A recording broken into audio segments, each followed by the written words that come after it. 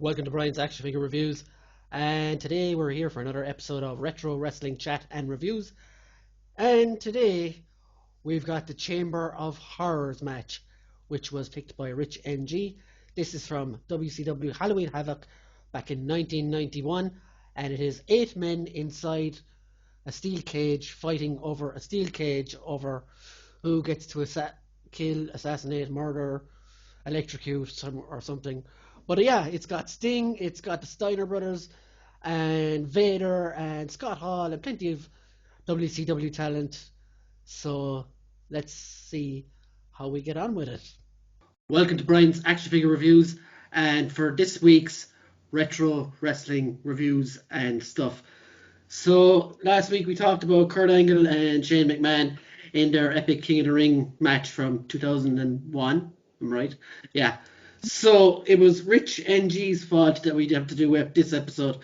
You're fucking fired, Rich. So Rich, tell us about WCW Chamber of Horrors from Halloween Havoc. Not to tell, just fucking watch it. Oh no, we did, but what's your inspiration for picking that match? It's just straight up shit match. About half the matches we talk about are shit anyway, so we may as well have an entertaining shit match. Oh, yeah, I don't know about entertaining. Yeah, but Rich, the problem was it was not fucking sports entertaining in any way, shape, or form. Okay, so let's. Do you know why?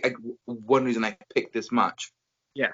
Because everything in this match is everything that you can't get from your match that you want. There is no story. There is no entertainment. There's no build. There's no nothing. This is like a match basically saying, "Fuck you, Steven." There is still a high point in it, though. I will say that. But yeah, so it was basically like a 4-on-4. I didn't know who was with who until the winners were announced. What team they were coming down as? But it was like Sting, El Gigante, and the Steiners, wasn't it, against the rest? Yeah, so that was Diamond Stud, Razor Ramon, Abdullah the Butcher, who I never knew was in WCW, Cactus Jack, and who was the fourth guy? Vader. Vader, that's the one. And was there some guy on a gimp mask outside the ring as well at some stage? Yeah, what the fuck? Yeah, came out of a coffin apparently. Yeah.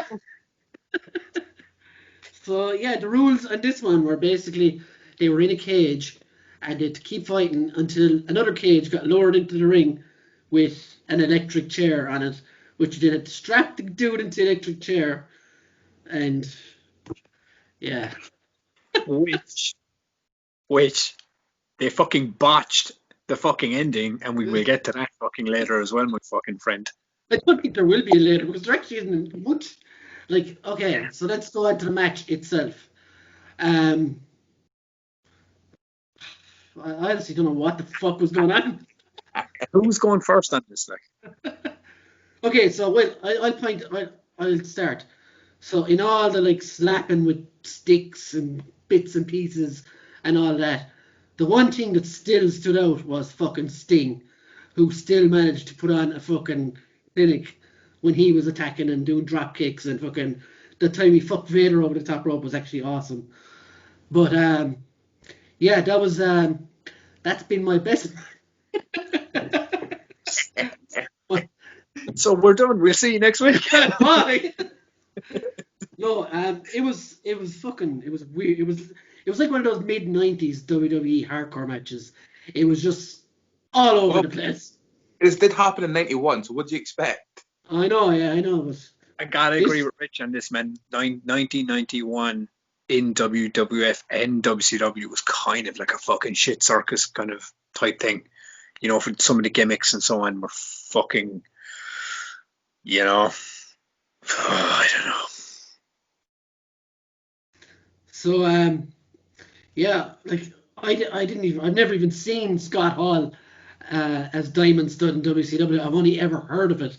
That's how fucking far back it was. He still looks the same in 1998. I was 9 minutes into this match before I fucking realised that was Scott Hall. Really? I was looking, I was like going, oh yeah, do you want to know why? My biggest fucking thing about this match was, right, was like the commentators were calling spots like, oh my God, Sting has just busted open fucking Cactus Jack. And I'm like, when the fuck did that happen? Oh, well, you showed the big fucking wide shot of 90 fucking people doing shit I couldn't see. And then all of a sudden, Cactus, man, the camera in this fucking match pissed me off, gave me vertigo, wanted me to fuck myself off a bridge and fucking pull myself back out just so I could dig myself in my own fucking face. But man, they just invented the fucking GoPro in that match, man.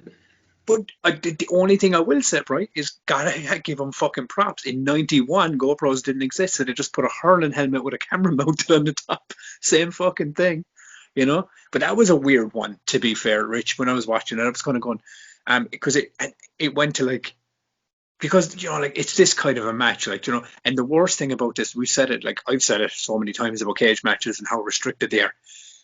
And, you know, you can get around it. But what did they do in this match? They put a fucking cage in the center of the ring where the wrestling happens. So there could be no fucking wrestling. It was just, what the fuck am I watching? Rich, what did you make me fucking watch? That was like it's like you sent me to the dark web of wrestling and fucking and poisoned my eyeballs is what happened here. Boys, the worst is yet to come. You have more? Rich, you are fucking fired! Plenty more to put you guys through. Because I'm going back to a statement that I claimed way back in the early days of this. Just because you're a good wrestler doesn't necessarily mean you put on a good match. Look at those wrestlers. Look at those wrestlers who were in this match. I will agree with you. 4 decent wrestlers. Sting, Cactus Jack, Vader, Scott Hall, the Steiner brothers, Abdullah, and the other fucking dude. But yeah, there was at least 6. Six out of these guys were big wrestlers. Yeah, more so back in the day. But yeah, but they were all top tier talent. And this is what troubles me is, on paper, this match, like, no, scrap that. Even on fucking paper, how the fuck did someone say this is a good idea? So what? We're going to have a match in a cage, and we're going to put 8 guys in there, and the cameras aren't going to be able to pick up anything, like nothing. No one's going to know what's going on. And the idea is to put the other guy in the second cage and electrify him to death. They wanted to Ted Bundy a motherfucker, like. like I'll put it to you this way: this match, this match makes the finish to the Undertaker Rich, versus the Big Boss Man match. You left Tubbs lost for words. Fuck me, Rich, you did it! You fucking did it! Hey, internet words. Tubbs up. Rich found the kryptonite. Fucking terrible. I don't even know what I watched. Like, one of the funniest moments was when the cage was going down. They're like, "My God, Mick Foley's going to get squashed." I was pissing myself. That's what I couldn't understand. It was like that, like as Rich said, man. Right, you've got Sting, and as you said, Brian, even in this fucking carnage-filled circus that was in front of us, on our TV sets, right, when we watched this, Sting still managed to show spots of fucking of wrestling goodness, you know. I mean, of the Stinger, like, that we knew from like the very early days and such, and that was Sting. He always did. But the sloppiness of this match, man, like some of the spots in this were just like, could you even? And actually, do you know what? In this show, we normally have folks. All right, I want you to listen to this. Brian normally at some point says, "What was your worst spot? What was your best spot?" I don't fucking know what happened in this match, right? I couldn't fucking see what happened in this match. Rich, I will virtually shake your hand because fuck me, you fucked me. You fucking did. I just don't know what to say. I don't know what to fucking say, Richard. House. Rich's house.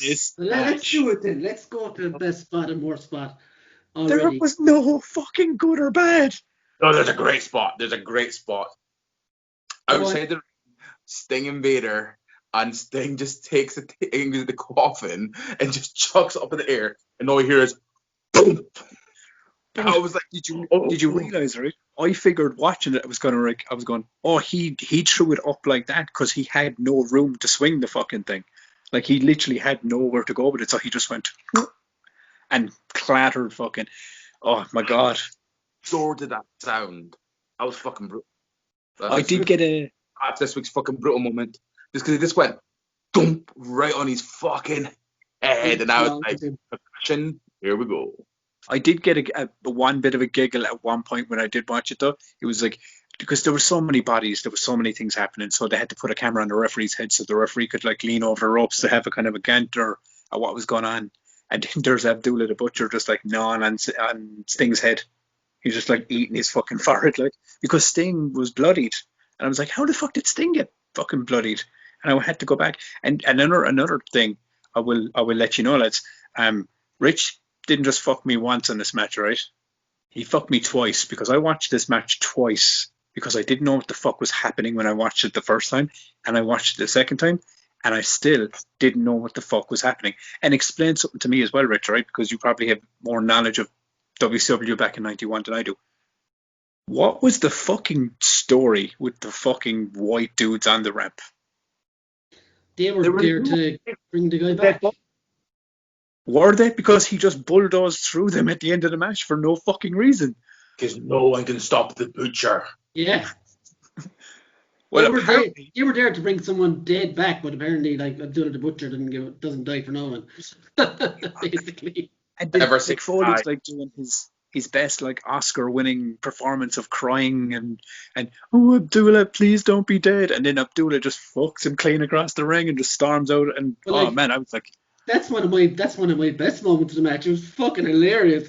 Did you see the end of the spot when they finally win Rick Steiner for because realistically, if you look at it, all of the people in this match, right, and Ike Clark, Rick Steiner ended up in that seat 4 times. Sting was in there once. Abdullah ended up in there at the end, but he put Rick Steiner in there obviously, and then Mick Foley's up there and with thing. He has his hand on the for thing about 4 years.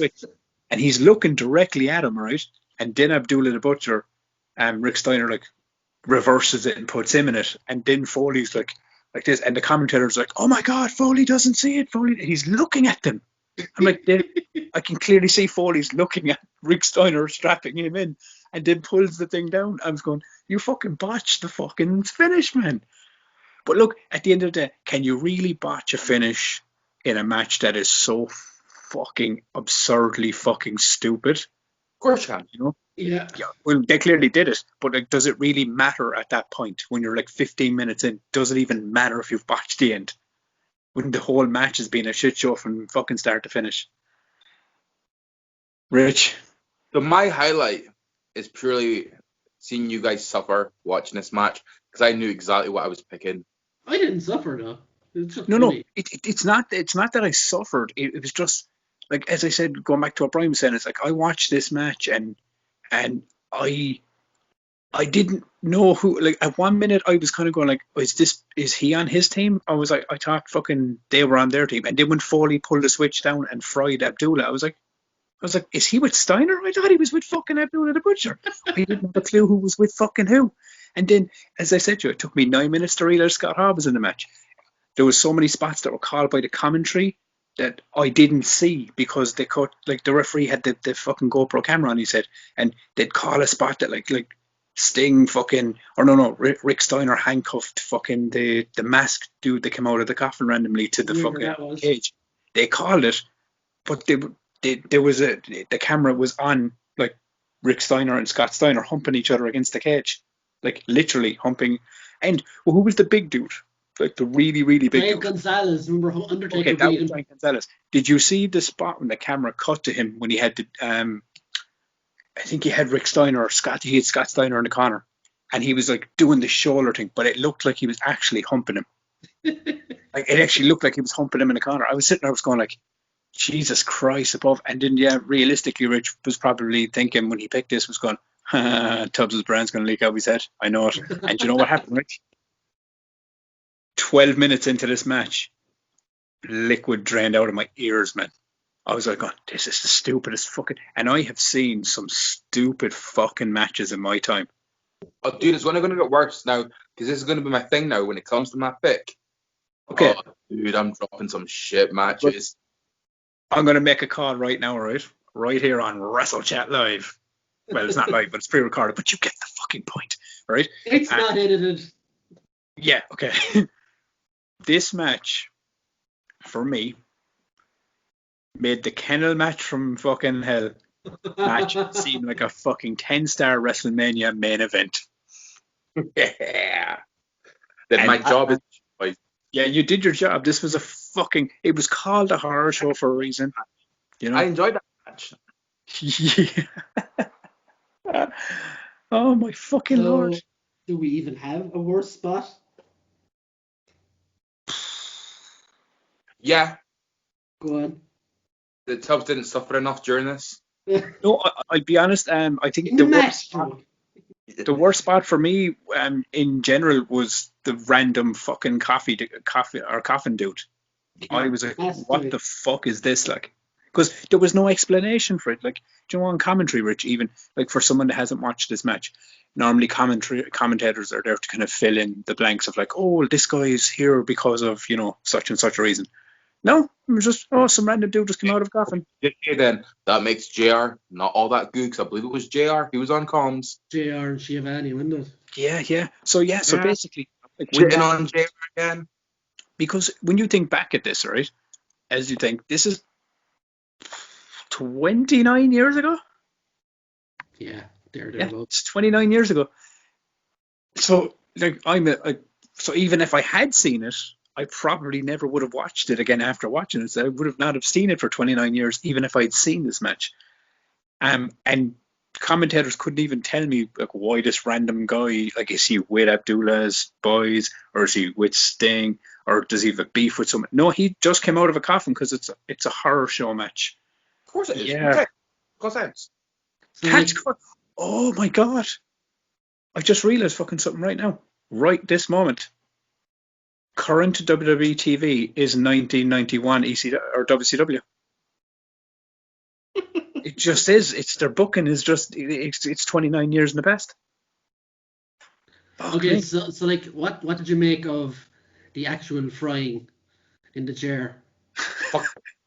Fucking amazing. You got the I spark. never thought it would say that line in Like, this fucking show. you see the bit, you know, It's- fire, the ring kind of going on a bit of fire. Man, that's what I wanted. And then the take that. Man, I'll go for that. Nah, man. Oh my god. Once again, boy, fuck what you're thinking for 1991. For what you got for 1991, you don't have fucking movie budgets to make it look fucking legit, like electric chair or anything. You know what I mean? So, and it didn't actually say it was a electric chair, just for the record.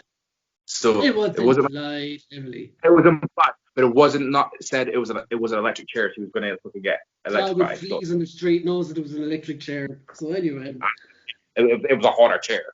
You know what I mean? Like a chair. Anything could have happened. So for all we know, that chair was going to tickle him to fuck, and that's where he was going. it was one of those things on the fucking to the fairground that you grab onto. I bet you that's what it was. Yeah. Vibrating But I mean, chairs. But like all jokes aside, regarding the match, like it was just, I just genuinely like it was a bad match. It really was a bad match, like because it was so scattered and chaotic. Right? I mean, I know like when you put 8 fucking men in a ring to begin with inside of a cage and you restrict another cage, you're going to have that kind of thing. But the camera work in this match was some of the shoddiest I've ever seen. The camera work was the thing that flawed this match. Yeah, oh, big time. Like, this was the problem. It flawed the match was because you didn't get to see a lot of things. There was too much of the zoomed out effect. It was You know the what I mean? wide angle all the time. Yeah. Yeah, like that was the main thing. So you didn't get to see quite a lot that was happening. And when the camera was getting a good focus, it was mainly on Sting. Makes sense because he was US champion. Yeah. Do you know what I mean? Where like obviously this, like everyone, quite a majority of them still have a good name to value to them, but that was the downfall on it. But can we just take a second just to remind ourselves how awesome fucking Vader is, and how awesome is it with his New Japan? No, his New Japan look with the fucking big horn helmet and Massive. stuff. Do you know what I mean? Like top fucking notch. Like it's shit like that again. Like it can't really work in this day and age. But like man, like a dude like him, pull that shit off. Do you know what I mean? Like so, just a fucking better respect for that. Like for Vader, but he's a fucking great wrestler. He was class. I have to say as well though, with the first person camera, it's good they tried something different because you know they've never solved the whole shooting through cages thing, and I think it was a good attempt, even though it didn't come off. It was a good idea to try it. Like I I wasn't against it at all. I mean, when I saw it happen, I mean, I instantly kind of went, "Oh, this is kind of cool. You know, this is different." Because I mean, like, let's be honest, you don't really ever see, unless it's like maybe the early days of NXT where they were experimenting with slow mo cams and things like that. You know, like things like that. You know, or in Independence where they have like free roaming cameras running around with guys running around the rings and stuff. But for like a high level promotion, you'd never see it, because it becomes formula. Go on with the word, Brian. It becomes a formula of matches and how it's shot. Yeah, formulaic of how it's shot. But so to see, like, in, as we said, 1991, a GoPro style camera that wasn't even a thing at the time, was pretty cool to see.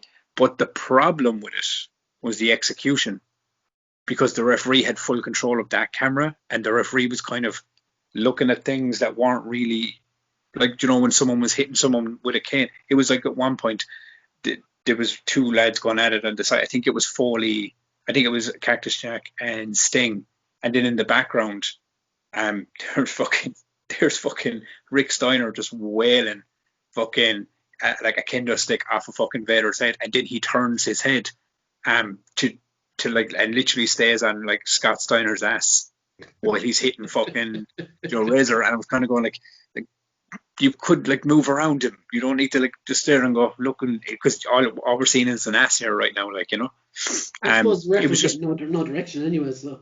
But see, I think the problem as well is, I mean, I don't even think you could blame the ref for this. It probably could be lack of direction, but also it comes down to, like, when you put that second cage into the middle of that ring, then that restricts the referee as well. And the referee is more key pointed in this match because he is like another camera angle.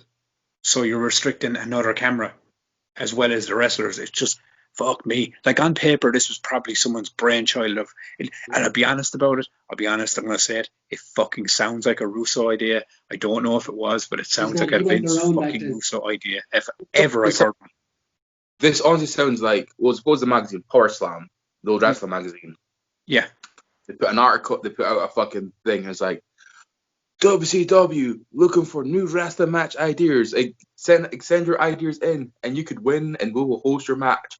That's what it sounded like. And some kid was like, I want a style match with like electric chair, and like to win the match, you've got to electrocute your opponent, and I want some ghouls as well, and coffins all around it, and when the person dies, they get taken away by ghouls as well. It sounds like one of those things, and they were like, sounds like straight out of FMW, that Japanese hardcore promotion. Like that. Or CZW, something like that. But once again, boy, it's 1991. It stinks of that. Yeah. Do you know what I mean? Think of all the matches back then. This is what you've got to take when you're rating it. When, like, back then, like, it'd be very interesting. I can't remember watching this live at the time or anything, but I have watched this years and years and years and years ago. But back then, it'd be interesting to see what people's opinions of people of our age back then that watched it live and what their opinions were on it. Because also, what you could take away is, have you looked at the card for this pay-per-view? No. See, the event, you had Ron Simmons versus Lex Luger as your main event. You had, like, he was champion back then, wasn't he? Yeah. You had Ron Simmons, wasn't it? Yeah. Kevin Nash doing his Oz appearance. Oh my god. Pillman win the first lightweight championship. You had, like, Steve Austin was in this. Steve Austin was fighting Dustin Rhodes. Like, see, when you look at this card, the whole card, you're like, oh, there's pretty fucking decent matches on this, and pretty decent, like book your way to become fucking something. Do you know what I mean? Like, honestly, do me a favor, go and look at the card after it, and just see the talent that was actually on this. It's unreal.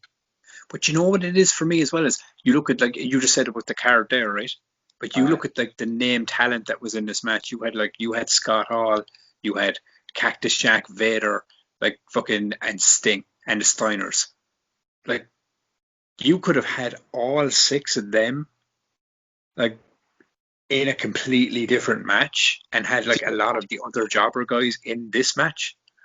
Now, correct, I can't remember the date of it, or that. I think it was a bit later.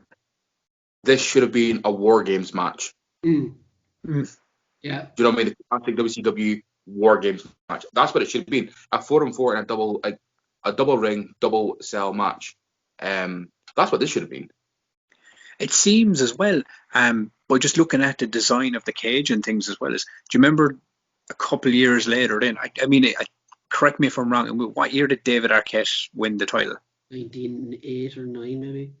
Okay, so this design looks like that in later years, this developed into that 3-story cage. The Hell in a Cell, up the Hell in a Cell, up the Hell in a Yeah, I Cell. remember it was the 3-story thing where it had to climb up through the hole. It was kind of look. Just from the design of the cage alone, I was kind of going, that looks kind of similar to the fucking cage that David Arquette won the title in, where they had to climb up through it, which is fucking weird. Well, no, was that the David Arquette win? I think it was. I don't know. Wrestling community or people in the comments, tell me if I'm fucking wrong, and if you don't, I don't fucking care. Do you know why you're on the subject of that? Do you know I was going to say, let's do that match? Oh, no way. The one from Ready to Rumble, like the actual final match. Now, do you know, that one, I probably That wouldn't be as bad. on board for that. Do you know, because I remember that being somewhat fun, if anything, you know? Right, lads. Score for this one. Cubs. I'm going last. What you say? Oh. Rich? I said I'm last. No, you go first, Brian. Anna? I can't make my mind up yet. I'll give it a 3. Come on, I'm Tom. I'm going to give this motherfucking thing a 1 only because Sting was fucking Sting. Yeah. I'll give it a 4. I genuinely, all right, I'm not even going to joke. I genuinely, when I watched it, my first thought when I finished it was like, this has to be the lowest scoring match on our card to date. When I hear something cool. Unless Rich It's not. just gives it a It's fucking not 10 because of how stupid it was. It has actually matched the last WCW match we did, which was Hogan no versus way. Sting. So WCW gets it again, bottom 7. card, man. So Shit. it's my turn now, bitches. Ooh. And I am gonna go back to 1998, Oh. and Yeah. I'm going to go from WCW to WWE to ECW, Ooh. and we're gonna watch RVD and Sabu in a tag match versus Hayabusa and Jinsei Shinkazi, who used to be Hakushi in WWE. I think I remember this match, and if I remember, it was not for the faint of heart. No, Hayabusa did break his neck, but not this match. Okay, maybe that's the one I was thinking of. Okay, yeah. Okay. Cool. We're done with that. So wasn't that fun? Yeah, it really was. So don't forget to subscribe, guys. And we'll be back next week with more. We're doing an ECW match, as you heard just before we went off the air there, and would love for you to drop some suggestions and subscribe to the channel. Helps an awful lot. Thank you very much, guys. Keep watching and enjoying the show, and check out my various reviews and stuff if you're into that as well. And we'll see you soon. Bye.